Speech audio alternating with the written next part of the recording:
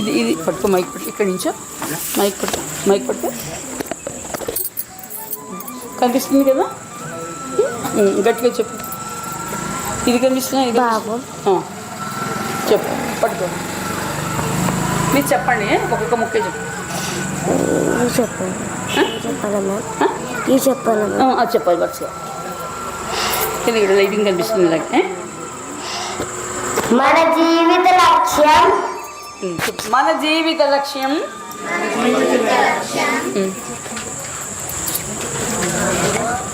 మనసును కట్టడి చేయడం కాదు.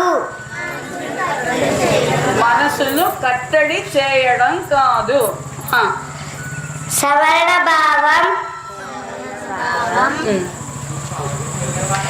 కిందికి పెట్టుకు లైటింగ్. వెళ్ళి నీసేలా దాన్ని వికసింపచేయడం మన జీవిత గమ్యం. ముక్తి కోసం పాకులాడటం కాదు. ఈ నేల పైన బ్రతుకు సాధ్యమయ్యేలా జీవించడం. చాలా బాగుంది, బాగా చెప్తున్నాను. నువ్వు చెప్పు ఒకసారి. అదే కూర్చో, బాగా చెప్పాను. నందు చెప్పండి. జై శ్రీరామ్. మన జీవిత లక్ష్యం. ఒకసారి అమ్మా, ఈ మాట వినేంటి పుస్తకం ఎతకద్దు, చెప్పండి. అందరూ నోరిపి చక్కగా చెప్పండి.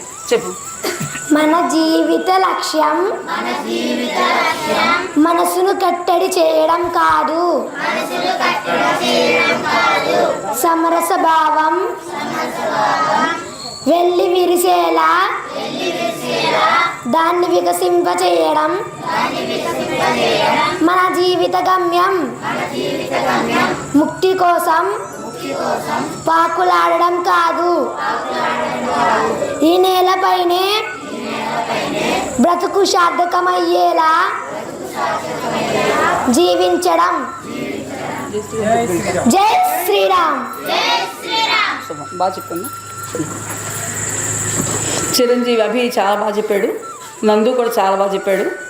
దీని భావం తెలిసిందమ్మా మీకు? మనం ఏదో బతికేస్తున్నాం నేల మీద అని చెప్పేసి ఉండడం కాదు, ఈ జీవితాన్ని ఎంత సార్థకం చేసుకోవాలి.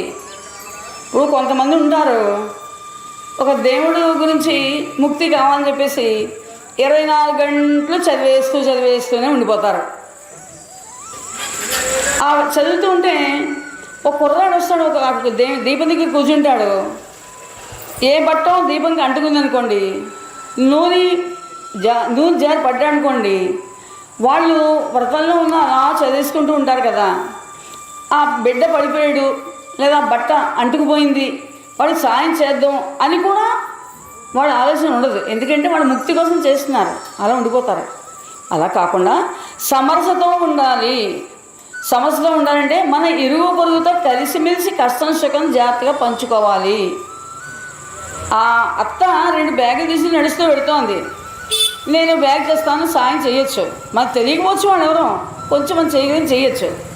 ఇలాగా ప్రయత్నం చేసి అందరూ కూడా ఈ నేల మీద సమరసతో అందరూ కలిసిమెలిసి మంచిగా జీవించాలి అని చెప్పేసి ఈ యొక్క అమృతవచన భావం. అర్థమైందమ్మా? అర్థమైందా? చెప్పండి, అర్థమైందా? అర్థమైందండి. ఓకే, జై శ్రీరామ్. మేడం అని అంటారు.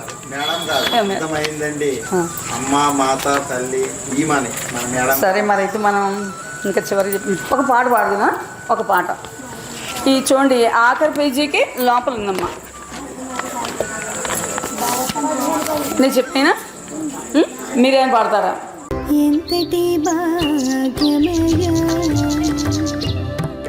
గురుదర్శన, ఎంతటి భాగ్యమయ